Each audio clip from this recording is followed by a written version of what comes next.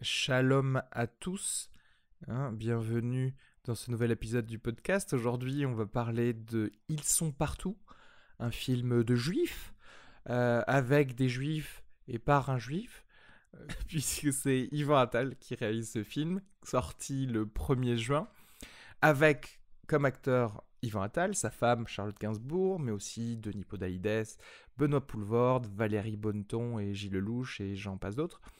Ce film est en fait une sorte de série de sketchs qui sont entrecoupés par des séances de psy que prend le personnage d'Yvan Attal qui est en fait lui-même, j'imagine. C'est Arnaud et moi-même qui avons vu ce film et qui en avons un petit peu discuté. On a essayé d'être le moins antisémite possible, de couper à chaque fois qu'on disait Youpin, des trucs comme ça. Mais je pense qu'on s'est bien débrouillé. La semaine prochaine, on regardera le film Neon Demon de Nicolas Winding Refn, le mec qui a fait Drive, si tu connais pas les noms des Danois. Je vous laisse écouter ça tranquillement. Ava Nagila à tous. N'importe quoi. Ah mais oui, c'est vrai. C'était plutôt pas mal ça. En plus, il y avait Terrence Stamp dedans. Il y avait Terence Stamp et Charlotte Gainsbourg. Oui, enfin ça... elle est obligée, je crois. C'est dans son contrat de mariage d'apparaître tout le temps dans ses films. Il a bien géré. Est-ce que d'ailleurs, ouais, moi ma vraie question, et la vraie question que de ceux qui nous écoutent, c'est que toi, Hmm, en tant que scénariste, hmm. vas-tu pouvoir parler librement de ce film, tu vois, sans avoir peur du lobby juif dans le show business, quelque part. Donc je savais pas, là on fait un épisode antisémite, c'est ça le... Full antisémite. Ok. D'ailleurs, je dois juste vous dire que cet épisode est sponsorisé par le mouvement pour la nation française. Alors moi, je m'attendais, en fait, quand j'avais vu la bande-annonce, je m'attendais à une série, un film à sketch peut-être plus court ou plus percutant que ça, je sais pas. Au final, c'était... j'ai trouvé ça drôle, sympa, mais avec quand même quelques petites longueurs, quoi. Et des endroits où c'est pas trop... Des endroits où il y a de bonnes idées, mais c'est pas totalement bien exploité, en fait. Ouais, je suis à peu près d'accord. Mais déjà la première chose qui frappe, c'est que Yvan Attal est fan de Woody Allen. Ouais, C'est un peu un remake de Harry dans tous ses états en ouais, fait. ouais, c'est vrai. Avec ce type névrosé qui fait le bilan d'une crise d'identité. Oui, parce que le fil rouge du film, c'est effectivement sa psychanalyse où il raconte un petit peu Pourquoi il est obsédé par les juifs. par les juifs et par l'antisémitisme. Ouais, ouais, tout à Voilà. fait. En étant juif lui-même, et donc il y a une série de courts-métrages qui se succèdent, plus ou moins longs. Alors, Euh, en fait, au début, le fait que les courts-métrages du début étaient assez longs, je me suis dit, ah, mais en fait, non, c'est pas du tout un film à sketch. Ça va être quelque chose qui va se lier entre, tu sais, tu vas voir le personnage d'un des premiers dans quelque chose d'après, mais en Moi, fait, pas du tout. je savais même pas que c'était un film à sketch, en fait. Moi, comment dire, ça a transpiré pour moi dans la bande-annonce que ça allait être peut-être quelque chose comme ça. Ouais, ouais, ouais. Euh, et finalement, en fait, oui, il y a simplement des changements de longueur, en Mais fait. alors après ce qu'il y a, c'est comme tu disais, le premier problème pour moi du film, c'est que il y a des moments où je sens que le film veut être drôle et ça me fait pas forcément rire. Ouais. Je pense à un moment, il y a un des courts-métrages qui doit faire qui est un des plus courts, je pense, qui doit faire 5 minutes, où tu vois deux rabbins en fait qui parlent de qui se posent une question qui est présente dans la Torah et dans Dans le laquelle Talmud, ouais. deux ramoneurs en fait ont fini leur travail. Il y en a un qui est noir de suie et l'autre qui est tout propre. Lequel va se laver? Et en fait, il commence à complexifier la question pendant 5 minutes. Alors je vois où il veut en venir, mais en fait finalement c'est un gars qui se renouvelle pas assez pour que je me marre. C'est-à-dire je vois très vite où il veut en venir. Oui, oui, oui. Je me marre une fois au début, Il y a et puis pas. après ça continue et je vois pas trop l'intérêt de continuer. Tu vois ce Parce que je qu'en veux fait, dire, oui, hein? tout à fait, bah, je vois totalement ce que tu veux dire, parce qu'en fait, il n'y a pas de... En fait, dès que tu sais où va terminer, où est la punchline, en fait, dans le gag, il faut en trouver un autre si tu veux faire quelque chose d'aussi long, enfin, d'aussi C'est long. ça. C'était rapide, quand même, mais Mais ceci dit, c'est l'un des prémices que j'ai beaucoup aimé, même si, enfin, tu vois, les 2 premières minutes de ce petit sketch, c'était drôle. Oui, oui, mais en plus, Euh, les deux acteurs sont bons, c'est ouais. Grégory Gadebois et Et Denis Denis Podalides. Podalides, et qui deux acteurs qu'on aime. Et ça me l'a fait plusieurs fois. Il y a aussi une histoire d'un type qui en a marre de voir débarquer des juifs tous les jours à un mémorial de la Shoah et qui décide de faire une association sur les roues. Et c'est une idée marrante. Mais pareil, c'est-à-dire que une fois que t'as vu cette première blague qui est marrante, en fait, ça va se répéter Oui, aussi. c'est vrai qu'à un certain moment, il faut savoir raccourcir son sketch en fait. C'est-à-dire que tu peux plus répéter exactement la même chose, mais avec des mini-variantes pour que ce soit drôle. Il faut nous sortir un autre gag pour un Ouais, ouais, sketch. ouais. Euh, Et puis ensuite, donc, comme Woody Allen, je dis bien dans certains de ses films, donc dans Harry dans tous ses états, dans tout ce que vous avez toujours voulu savoir sur le sexe, Banana, je pense à Sleepers, dans les films comme ça, Woody Allen utilise la caricature en fait, et montre en fait des personnages extrêmement caricaturaux, et essaie de faire un film construit sur ça. J'ai l'impression qu'ici c'est un peu le même but, c'est-à-dire on a des personnages extrêmement caricaturaux, mais contrairement à chez Woody Allen, en fait, j'ai jamais l'impression que c'est vraiment incarné. ouais. Alors, Et je m'explique, c'est-à-dire que par exemple, chez Woody Allen, je vais avoir une caricature, je vais avoir des gags absurdes, et en fait, ça va un petit peu me hanter, je vais me poser des questions sur le rapport que peut avoir une absurdité avec le reste du film, etc. etc. Et cetera. Et dans ce film, en fait, j'ai l'impression de savoir exactement où vont les personnages, ce qu'ils veulent dire, et ce que chaque court-métrage veut dire. C'est-à-dire, j'ai l'impression que c'est un film où à chaque court-métrage, Yvan Attal c'est dire tiens, je vais dire ça, et il le dit, on voit mais très très bien où il va en d'ailleurs, il le venir. présente en fait. Et c'est ça qui est marrant, c'est qu'à à chaque petit sketch, il y a un encart, tu sais. C'est Ouais, ouais, genre ouais. Israël ou alors les Juifs et la France, ou je Non, sais mais plus exactement. Et je vais reprendre l'exemple du film sur les roues, par exemple.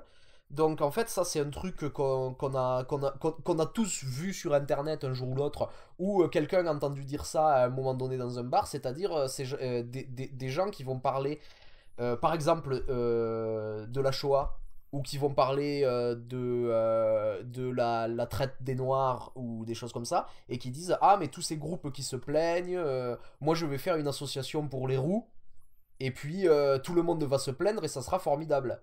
Et on dirait qu'il reprend donc ce truc un peu de comptoir de PMU, tu comptoir, ouais, vois. ouais, complètement. Et il commence à le dérouler, et à la fin du film, on voit un vieux monsieur qui a Alzheimer, qui Qui est essaie de censé se justement militer pour son association de personnes atteintes d'Alzheimer. de personnes atteintes d'Alzheimer. Et cette personne, en fait, essaie d'utiliser un moyen mnémotechnique pour se souvenir de son numéro de téléphone. Et en fait, il y a son cerveau qui dérape, et il se souvient de son numéro qui est tatoué sur son bras parce qu'il avait été dans les camps de concentration nazis. Et donc tout d'un coup, en fait, ce qui est comique, en fait, devient, je sais pas comment dire, Ouais, pathétique, ouais. émotionnel, je sais pas, enfin quelque chose d'assez touchant. En plus, Mhm. l'acteur est bon, tu vois. Ouais, c'est Popek, hein. Et, en fait, là, tout d'un coup, je savais déjà où allait ce court métrage, mais je vois exactement ce qu'il dit. C'est-à-dire que, en fait, c'est complètement con de dire que les roux devraient avoir une association parce qu'ils n'ont pas la même histoire que les juifs ou que les noirs, ou qui ont des véritables revendications, et qui n'ont pas le même passé de persécution que les juifs, que les roux. Ouais. Et en fait, c'est exactement ce que dit le film. C'est-à-dire que je sais exactement où ça va au début, je sais que le film va traiter de ça et va me dire quelque chose, va me sortir une petite morale à la fin.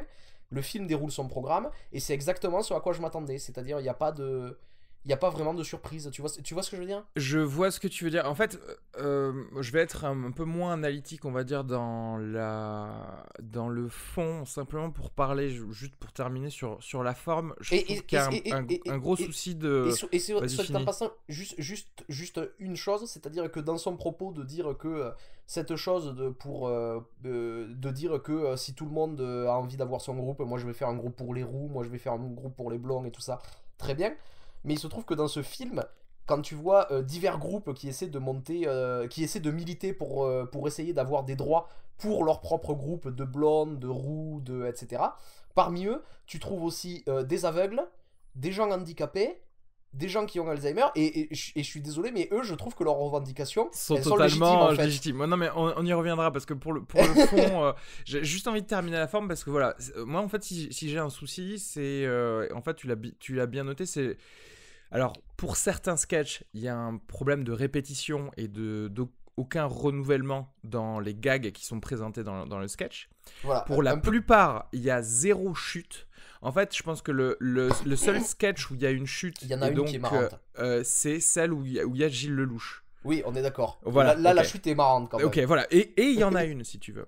Et Ouais, le ouais. souci, c'est que malheureusement, sur les autres, il n'y en a pas. Alors, moi, je suis toujours pour quelque chose où il n'y a pas forcément de chute, où on peut laisser une espèce de fin ouverte, mais avec une émotion, si tu veux.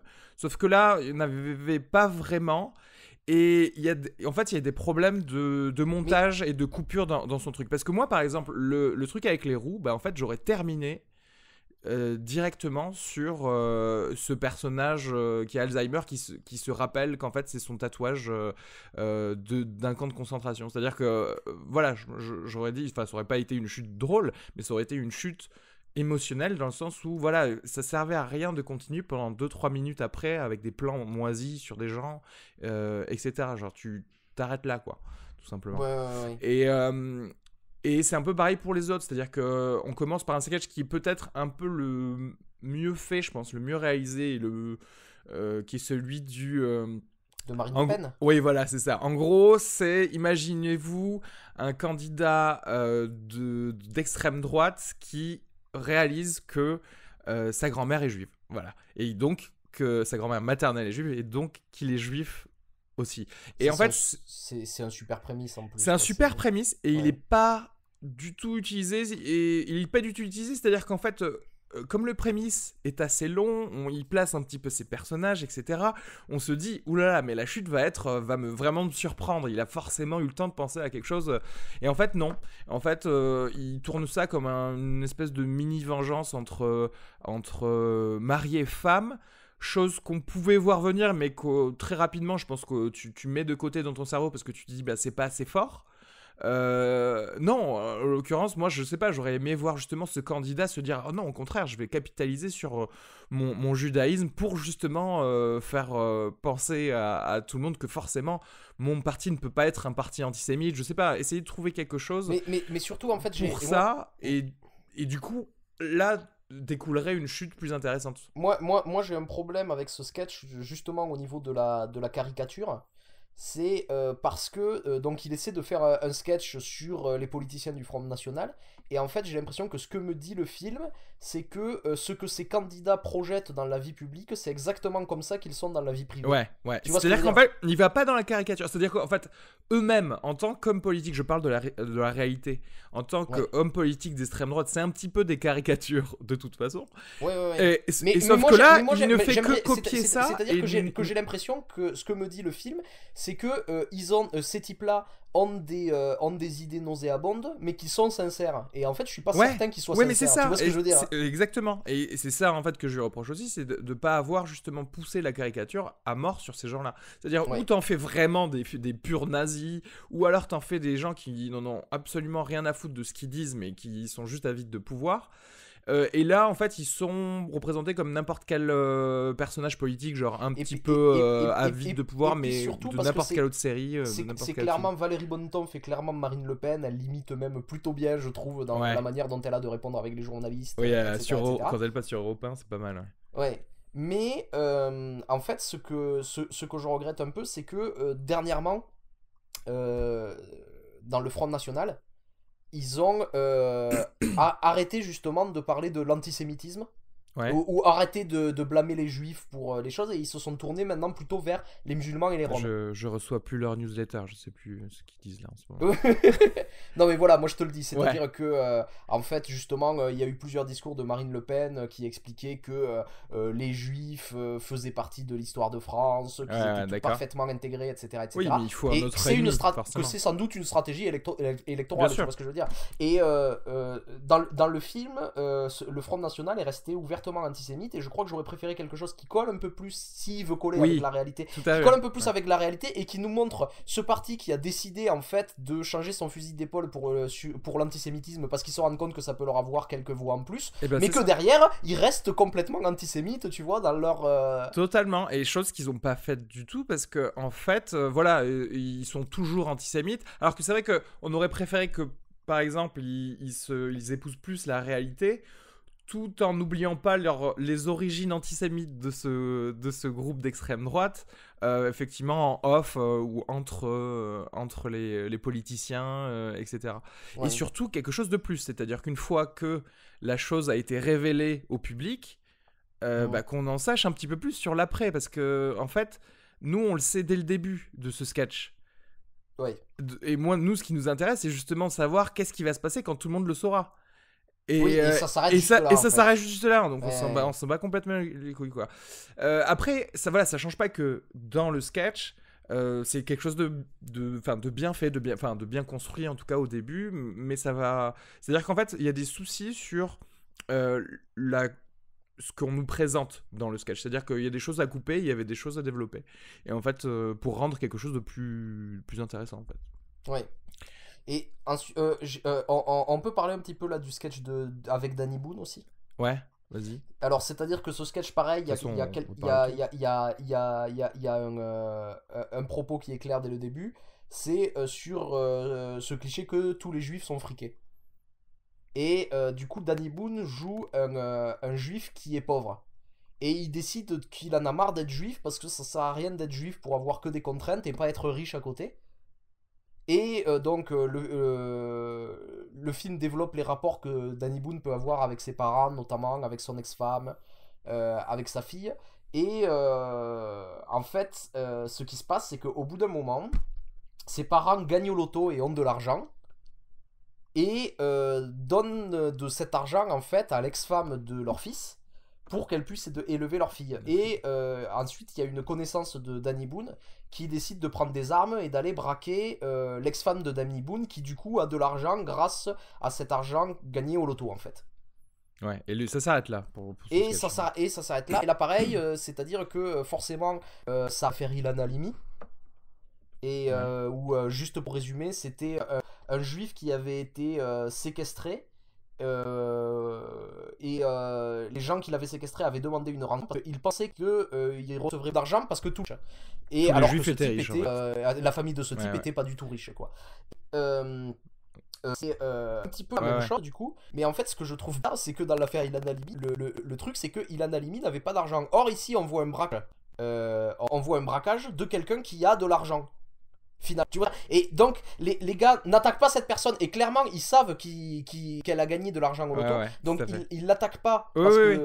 parce que C'est-à-dire c'est une juive, ils l'attaquent parce parce qu'elle a qu'elle a de de l'argent, l'argent. oui. Surtout qu'en plus, elle, en l'occurrence, n'est pas juive.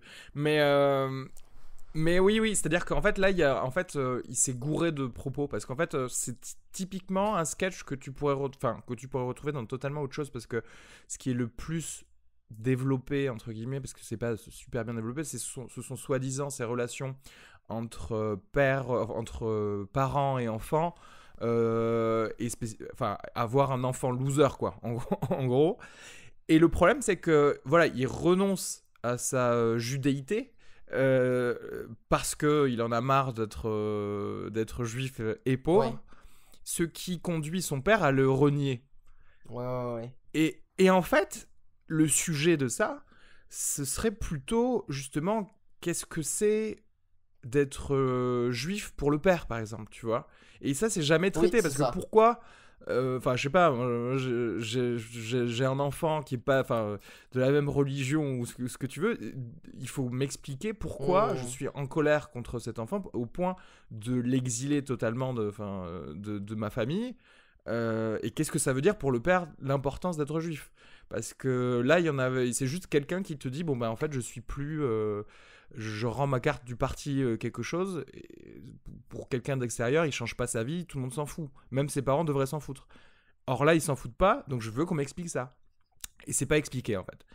Donc c'est-à-dire que ce sketch il est centré sur des espèces de relations entre parents et enfants, mais s'il passe à côté de qu'est-ce que c'est d'être juif et pourquoi c'est important pour quelqu'un qui veut le transmettre à ses enfants, et de effectivement ce petit clin d'œil, j'allais dire un clin d'œil c'est un peu trop jovial pour ça, mais l'affaire Ilan Halimi, de cette espèce de pensée raciste générique, de se dire ah mais un juif ça a de l'argent, donc on va les kidnapper, et puis bon ils vont bien trouver de l'argent dans tous les juifs là qui sont tous. Or là ils le font trop tard pour avoir ce clin d'œil à cette affaire là, puisqu'ils braquent vraiment un riche en fait. Donc voilà, c'est à dire que pour moi ce sketch là il a presque pas rapport à ce film, parce que y a rien qui est vraiment traité sur le sujet du film en fait. C'est parce que personne n'est vraiment raciste dans ce film, et personne n'explique ce que c'est d'être juif dans ce film.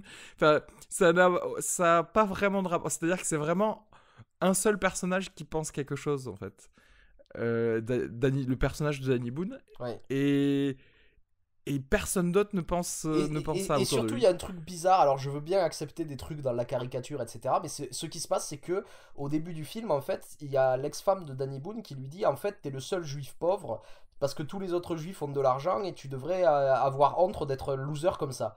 Et juste après, tu vois Danny Boone qui va dans un cybercafé et qui fait des recherches sur les juifs et qui tombe sur des sites complotistes sur internet qui expliquent que les juifs ont de l'argent et dominent le monde. Et on dirait qu'il découvre ça, le mec. Oui. À 50 ans, tu sais. Je sais pas trop. En fait, ce sketch, il était pas génial. Pourtant, il y avait des acteurs qui auraient pu être bons en fait là-dedans. C'est-à-dire que, Danny Boone, Marthe Villalonga, même le père, je sais pas comment il s'appelle, le mec qui joue le père. Ça aurait pu être bien, mais ils avaient rien de spécial à dire en fait. Alors, on peut parler du court-métrage où il y a Gilles Lelouch, où pour le coup là c'est le contraire, c'est-à-dire que le sujet, les prémices, même les blagues sont intéressantes, mais par contre c'est au niveau de la construction où c'est un peu léger en fait. C'est clairement, c'est presque un sketch de télé. Tu vois ce que je veux dire, dans le sens où ça va très vite, ça survole pas mal de choses, c'est on ne peut plus caricatural parce que on te présente cette espèce d'agent du Mossad. Juste pour résumer, c'est le Mossad décide d'envoyer un de ses agents secrets dans le passé pour qu'il assassine Jésus, pour qu'en fait on n'en veuille plus aux Juifs d'avoir assassiné Jésus. Oui, enfin pour assassiner Jésus. Avant qu'il devienne Jésus. Oui, avant qu'il devienne Jésus. Le problème étant que quand il arrive dans cette espèce de machine futuriste à voyager dans le temps, et donc qu'on le prend pour le Messie des Juifs, enfin lui. Bref, ce qui se passe, c'est qu'il se retrouve devant ce nourrisson qu'il ne peut pas tuer, mais tombe amoureux de Marie, la mère de Jésus. Après être rentré et avoir essuyé son échec de cette première mission, il essaye absolument de repartir dans le passé pour voir Marie, et de convaincre le Mossad de repartir dans le passé. Le problème, c'est que le Mossad le renvoie un petit peu plus tard, genre 33 ans plus tard, au point où clairement ça ne lui donne plus vraiment envie de draguer Marie, parce que là elle est un peu trop vieille à son goût.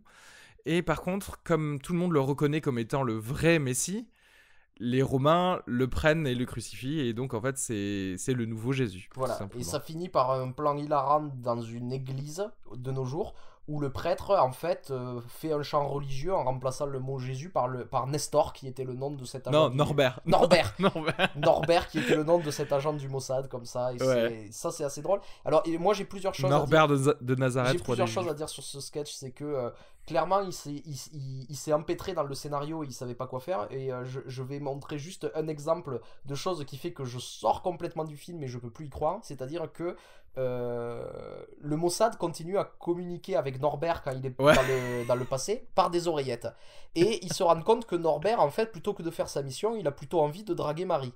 Et Ouais. donc, en fait, il y a son patron qui commence à lui dire: Ah, mais arrête de faire ça, retourne à ta mission, c'est insupportable. Et pour convaincre Marie qu'il est un envoyé de Dieu, il lui dit: Écoute, il y a Dieu qui va te parler. Et il lui donne une de ses oreillettes par laquelle le Mossad continue à lui parler. Il la donne Ouais. à Marie.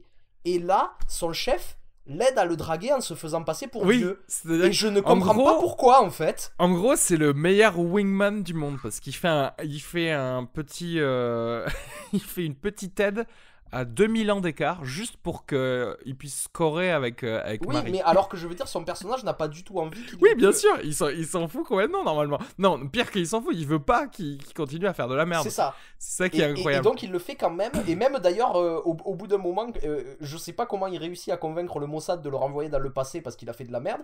Et le Mossad accepte au lieu d'envoyer quelqu'un d'autre, tu vois. Et je comprends pas non plus, quoi. C'est chelou. Alors, le truc, c'est que, en fait, très rapidement, enfin, plus que très rapidement, au début, au début de cette histoire, on sait qu'ils ont créé une machine à voyager dans le temps, avant qu'ils te le C'est disent. ça. Ok. Avant qu'ils te le disent aussi, tu te dis, ah, mais en fait, ce mec, c'est Jésus. Oui. Parce que tu sens arriver un peu le truc comme ça. Bon, il se trouve que non, parce que c'est pas un paradoxe de prédestination qui nous est posé, mais. Et donc, c'est d'autant plus drôle qu'à la fin, le nouveau Jésus s'appelle Norbert. Mm. Mais en gros, on voyait un petit peu toutes ces ficelles qui sont assez grosses. Et là aussi, bah, j'aurais aimé un truc, alors soit plus court, soit en tout cas mieux construit. C'est-à-dire qu'au final, où chaque personnage est un petit peu plus. C'est difficile parce alors, que quand tu traites d'un sketch comme ça, tu fais. Je comprends que tout est sur le ton de l'humour, mais c'est pas une raison non plus pour pas maîtriser ce que tu présentes. J'aimerais aussi qu'on parle de la misogynie latente de cet épisode, de ce court-métrage. Parce que, donc en fait, ce qui se passe, c'est que le héros de ce segment, c'est Gilles Lelouch, la cinquantaine, qui est renvoyé dans le. Il a pas 50 ans, Gilles Lelouch, il a 50 mais ans, n'importe quoi, il a 40 ans. Il a pas 40 ans, Il a 42 ans, tu sais. Tu viens de regarder sur internet? Pas du tout, non, pourquoi il a vraiment Non, 42 je ans. pense qu'il a plutôt 45-50, quoi. Et En tout cas, il s'hydrate bien la peau. bon, hein, il donc s'hydrate il a bien pas la l'air peau, de... d'accord, mais il a clairement plus de 40 ans. Bon, alors, ce qui se passe, c'est que la première fois qu'il arrive dans le passé, il y a des gens qui arrivent, qui tournent autour Il de a sa machine 43 ans. Oui. à remonter le temps, et qui dit c'est un jeune homme, il est envoyé de Dieu. Ensuite, Oui. Gilles Lelouch se met à draguer Marie, qui est jouée par une actrice de 20 ans. Ouais. Et ensuite, lorsqu'il revient la deuxième fois, 33 ans plus tard, Marie est âgée de 33 ans de plus. Donc à la cinquantaine, soit à son âge. Et là, il est dégoûté et il peut absolument pas draguer une femme qui a son propre âge, en fait. Sauf qu'ils l'ont, là encore, ils l'ont super vieilli, c'est-à-dire qu'elle a vraiment l'air de quelqu'un de 80 ans, alors que oui, normalement, elle a la elle devrait cinquantaine, avoir en fait. son âge. Je suis totalement d'accord. Et je trouve ça très limite, en fait, pour tout te dire. Non mais enfin, je pense que c'est plus une erreur. Enfin, c'est plus une erreur. C'est plus encore une fois quelque chose qui est pas bien fait, plus que quelque chose à à souligner d'un point de vue de la misogynie. Ah non, mais ce que je veux dire, c'est qu'il l'a pas fait exprès, mais c'est clairement quelque chose de misogyne, quoi.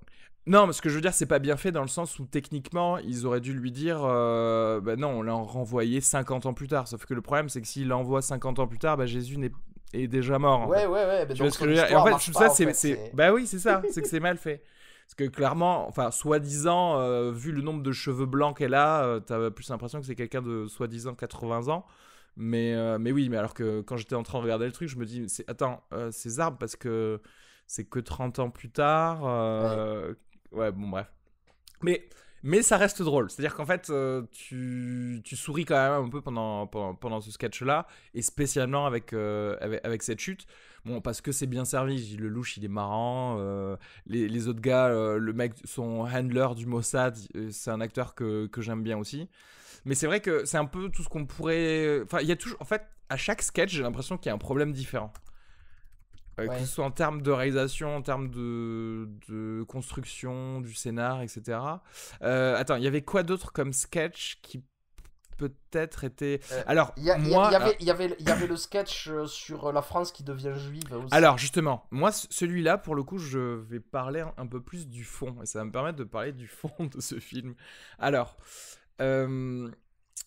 comment te dis, voilà, c'est François Hollande, hein, quelque part, qui est joué par Patrick Braudé, Ouais, plutôt bien qui, d'ailleurs. ouais, plutôt bien, qui décide, voilà, comme nouvelle mesure radicale pour essayer de changer la France, d'améliorer la vie de tous les Français, qui se dit, bah écoutez, on a quand même ces lieux communs des Juifs, comme quoi ils sont tous riches, ils s'entraident tous. Ben moi je propose que on devienne tous juifs. Les 70 millions de Français deviendront tous juifs. Et de là, c'est un sketch très très court. De là, ils font un référendum. Et la majorité des Français sont d'accord. Donc voilà, c'est décrété. La France est proclamée une nation juive, tout simplement. Et tous les Français deviennent juifs. La chute étant que je crois que c'est Yvan Attal qui parle en voix off un peu à son psy d'ailleurs, que en gros partout où il y a des juifs il va y avoir un antisémitisme, et donc on a un plan large de Paris où on voit arriver un espèce de missile voilà, d'une nation ennemie, on va dire, d'une nation antisémite en tout cas, puisque la France est devenue juive, elle va attirer des bombes nucléaires.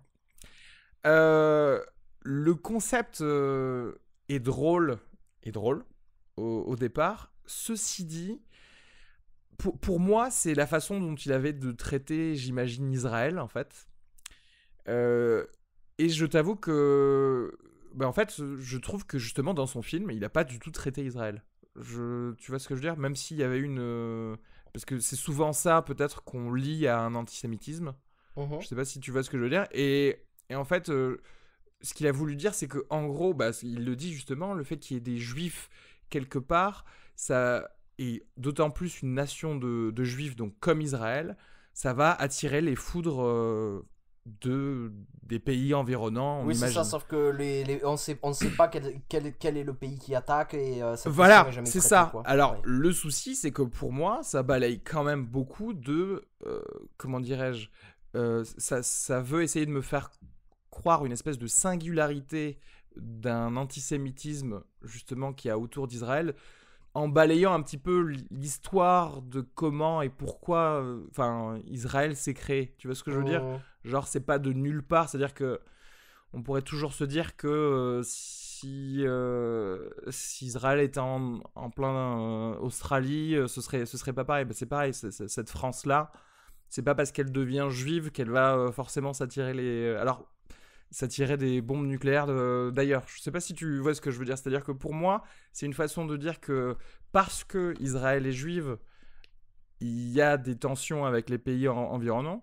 Mhm. Or, historiquement, c'est pas vraiment ça. Tu vois ce que je veux dire? Oui, oui, ça oublie le passé colonial de cette région du monde, en fait, Voilà. Et déjà. en fait, le problème, c'est que comment dire? Et du coup, enfin, je sais pas, c'est sa façon de traiter un peu Israël en disant que maintenant, en fait, c'est juste parce que tous les gens sont juifs là-bas qui sont mal aimés des pays environnants. Ouais, non, il y a eu une certaine colonisation à ce niveau. Enfin, il y a eu une création en tout cas. Il y a eu un historique qui fait que certaines personnes n'aiment pas cet endroit, tu vois. Mhm. Je sais pas comment expliquer ça. C'est-à-dire que pour moi, il a voulu traiter un peu ça comme ça. Alors même si c'est fait sur le ton de l'humour pour la France, Ouais.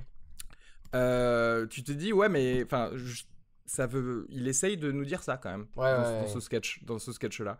Et je trouve pas ça comment dirais-je euh,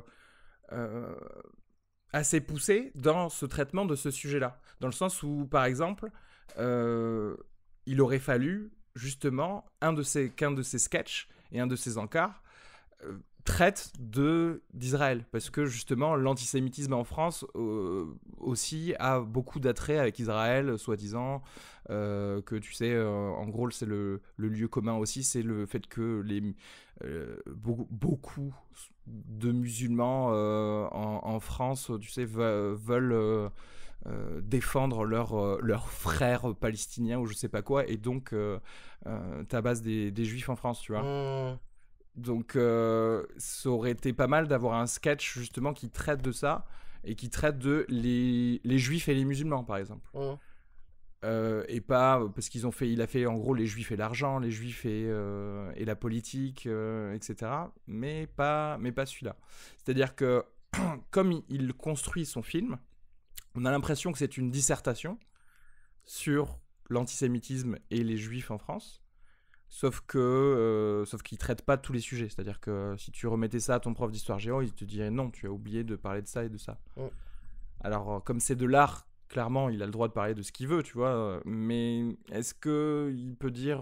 parce qu'on a l'impression qu'il présente ce film comme s'il disait non, je vais vous parler de tout ce qui a attrait à l'antisémitisme. T'as un truc à dire là-dessus à part de... Non, mais je suis d'accord, c'est que chaque sketch, c'est une idée qui est déclinée, mais qui est pas forcément, en plus, même juste bien exploitée en tant qu'œuvre d'art. C'est-à-dire que ça nous dit ce que Yvan Attal pense, plutôt que d'essayer de nous faire réfléchir sur un sujet, quoi. Ouais. Mais ceci dit, il en a très bien droit. Encore une fois, c'est dès qu'on a sur une œuvre artistique... Non, mais sauf que ça fait un film pauvre. Je veux dire, je veux pas qu'un film me dise quoi penser d'un sujet, je veux qu'un film me fasse réfléchir à un sujet. Après, il peut te dire, c'est-à-dire qu'en tant qu'œuvre d'art, j'ai le droit de te dire voilà ce que je pense. Ah, mais il a le droit, mais ça va faire un truc pourri, quoi. Oui. Voilà, c'est ça le mais problème. Oui, mais c'est ça, c'est-à-dire que si tu relèves rien comme questionnement dans l'autre, enfin dans le spectateur de ta chose, c'est vrai que ça en revient à être un petit peu moisi, quoi. Ouais, je sais pas, mais je sais pas justement, est-ce que t'as un truc à dire? Parce qu'au final, ce petit dernier sketch, c'est le dernier sketch, je crois, du film. Justement, presque c'est le mieux fait dans sa forme, c'est-à-dire que c'est court, c'est percutant, on a compris le principe. Il y a une chute. Non, mais ce qui est sauf marrant, que la chute est un petit peu bizarre. C'est que c'est vrai que dans le monde contemporain, ça peut paraître absurde, mais c'est que en plus ce genre de conversion du jour au lendemain d'un peuple entier, c'est déjà arrivé dans l'histoire. Ouais, dans l'histoire, c'est totalement déjà arrivé. On pense à l'Empire romain, on pense à la Russie, enfin, il y a eu des... Oui, non, mais même les autoproclamations de pays ou d'une religion, ou même d'ailleurs de la création d'un pays, ça a déjà, ça a déjà existé. Alors oui, ça paraît, ouais, c'est vrai que ça paraît complètement débile, mais, et donc ça prête à sourire. Ouais. Mais c'est vrai que en fait, l'idéologie... Si on analyse, en tout cas, ce qu'il a voulu dire dans ce dernier sketch, on se dit, ouais, mais est-ce que vraiment c'était la chose à dire sur ce sujet? Ouais. Voilà. Non, t'as pas ressenti spécialement ce sketch comme ça, peut-être? Si. Et je sais pas si on oublie... Non, je crois qu'on a traité un petit peu tous les sketchs, ouais. Il y a des longueurs, moi. C'est le seul truc que je pourrais dire. Moi, ça m'a fait sourire pendant pas mal de petits sketchs, mais chaque sketch est trop long, je pense. Voilà. Oui, non, mais moi, au-delà de la longueur, moi, je trouve que c'est... je l'ai pas trouvé assez drôle et je le trouve un peu trop didactique. Voilà. Ouais. Combien de miam? On va mettre, je sais pas, un miam? 1,5 miam. Allez. Vendu. C'est bon. C'est vendu.